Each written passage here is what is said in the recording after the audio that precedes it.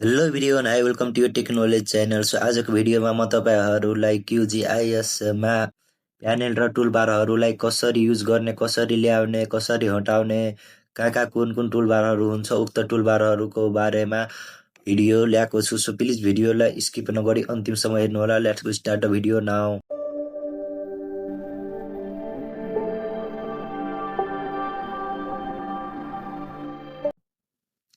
So यहाँ हेर्न सक्नुहुन्छ, म चाहिँ प्रोजेक्ट सेभ गरेको थियो QGISको। सो म QGISको फर्स्ट भिडियो बनाइसकेको छु QGISको इन्टरफेसको बारेमा। सो उक्त भिडियो यस भिडियोको डिस्क्रिप्सन पार्टमा लिङ्क राखिदिएको छु, त्यहाँबाट गएर तपाईँहरू उक्त भिडियो चेकआउट गरेर हेर्न सक्नुहुन्छ। र अब यस सेभ प्रोजेक्टलाई टेम्पलेटलाई ओपन गर्नुहोस् QGISको।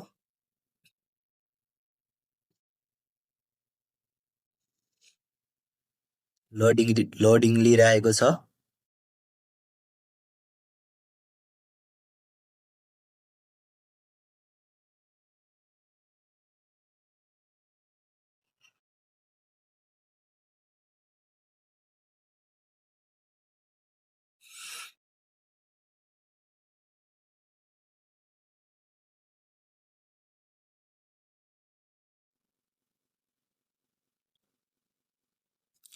सो यसरी यहाँ हेर्न सक्नुहुन्छ, उक्त प्रोजेक्ट यसरी ओपन हुन्छ। र अब यसमा चाहिँ प्यानेलहरू, QGISको प्यानेलहरू र टुलबारहरूलाई कहाँबाट ल्याउने, कसरी कस्टमाइज गर्ने। सो यसको लागि चाहिँ यहाँ हेर्न सक्नुहुन्छ भ्यू रहेको छ अप्सन मेनु बारमा। यसमा भ्यूमा क्लिक गर्नुहोस् र तल स्क्रोल गर्नुहोस् र यहाँ हेर्न सक्नुहुन्छ प्यानल रहेको छ अप्सन। यसमा जानुभयो भने यहाँ हेर्न सक्नुहुन्छ प्यानलहरू रहेको छ।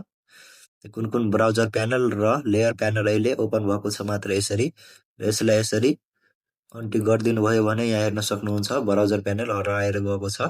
यसरी लेयर प्यानललाई पनि हटाउन र पुनः फेरि ल्याउन सक्नुहुन्छ। यसरी लेयर प्यानललाई अन्टिक गरिदिनु भयो भने यसरी यहाँ हेर्न सक्नुहुन्छ पुरै खाली भयो, लेयर प्यानल पनि हटेर गयो। सो यसरी यहाँबाट प्यानलहरूलाई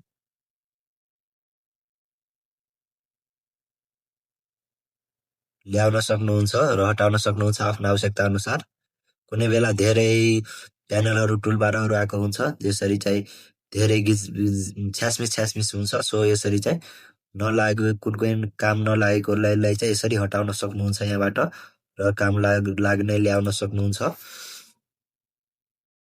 सो यसरी लेयर, सो यसरी भ्यूमा क्लिक गर्नुहोस्, यहाँबाट टुलबारमा पनि जान सक्नुहुन्छ। यहाँ धेरै टुलबारहरू रहेको छ, annotation, attributes toolbar, data source, help toolbar, label toolbar.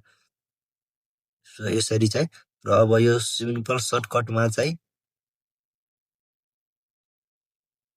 प्यानलहरू र टुलबारहरू ल्याउनको लागि सिम्पल माथि खाली स्पेसमा राइट क्लिक गर्नुहोस् र यहाँ हेर्न सक्नुहुन्छ प्यानलको अप्सन छुट्टै रहेको छ।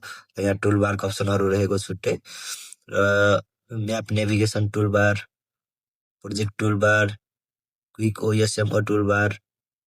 यसरी नलागेको चाहिँ जस्तै एनोटेसन टुलबार रहेको छ, attribute toolbar, data source manager toolbar. यसरी अनचेक गरेर हटाउन सक्नुहुन्छ, यहाँ हेर्न सक्नुहुन्छ। Label, manage layer toolbar. यसरी चेक गर्नुभयो भने यहाँ यसरी हेर्न सक्नुहुन्छ टुलबार आउँछ। एट्रिब्युट टुलबार, यसरी एट्रिब्युट टुलबार ओपन गर्नुभयो भने यहाँ हेर्न सक्नुहुन्छ एट्रिब्युट टुलबार रहेको छ, आएको छ। सो यो टुलबारहरूलाई आफ्नो आवश्यकता अनुसार कस्टमाइज गरेर जता पनि लान सक्नुहुन्छ, अप डाउन, लेफ्ट राइट। यसरी जहाँ पनि आफ्नो आवश्यकता अनुसार कस्टमाइज गरेर यसरी चाहिँ राख्न सक्नुहुन्छ टुलबार वा कन्ट्रोल प्यानललाई चाहिँ।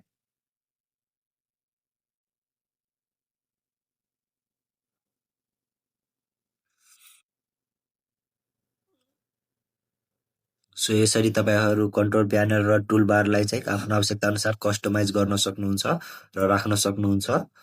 जस्तै राइट क्लिक,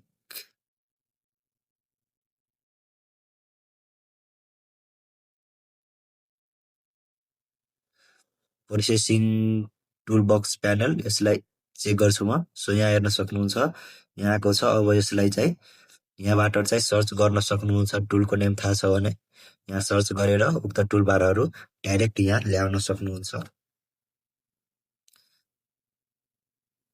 जस्तै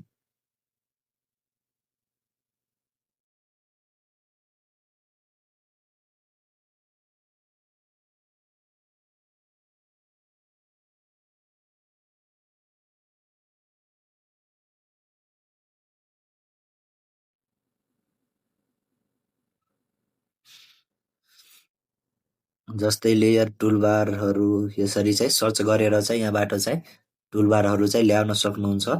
र यसलाई आफ्नो आवश्यकता अनुसार कस्टमाइज गर्न सक्नुहुन्छ। यसलाई दायाँ बायाँ तलमाथि जता पनि राख्न सक्नुहुन्छ कस्टमाइज गरेर। सो अहिलेको लागि म यसरी तलमाथि यसरी माथि पनि राख्न सक्नुहुन्छ र यसरी तल पनि राख्न सक्नुहुन्छ, साइडमा पनि राख्न सक्नुहुन्छ। सो यसरी चाहिँ आफ्नो आवश्यकता अनुसार चाहिँ यसलाई कस्टमाइज गर्न सक्नुहुन्छ, राख्न सक्नुहुन्छ मिलाएर।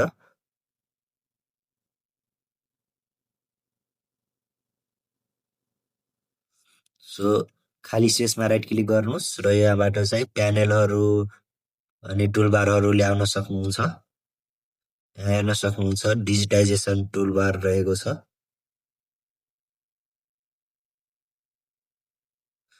सो डिजिटाइजेसनको प्रोसेसहरू गर्न सक्नुहुन्छ। यहाँ हेर्न सक्नुहुन्छ। सो अहिलेको लागि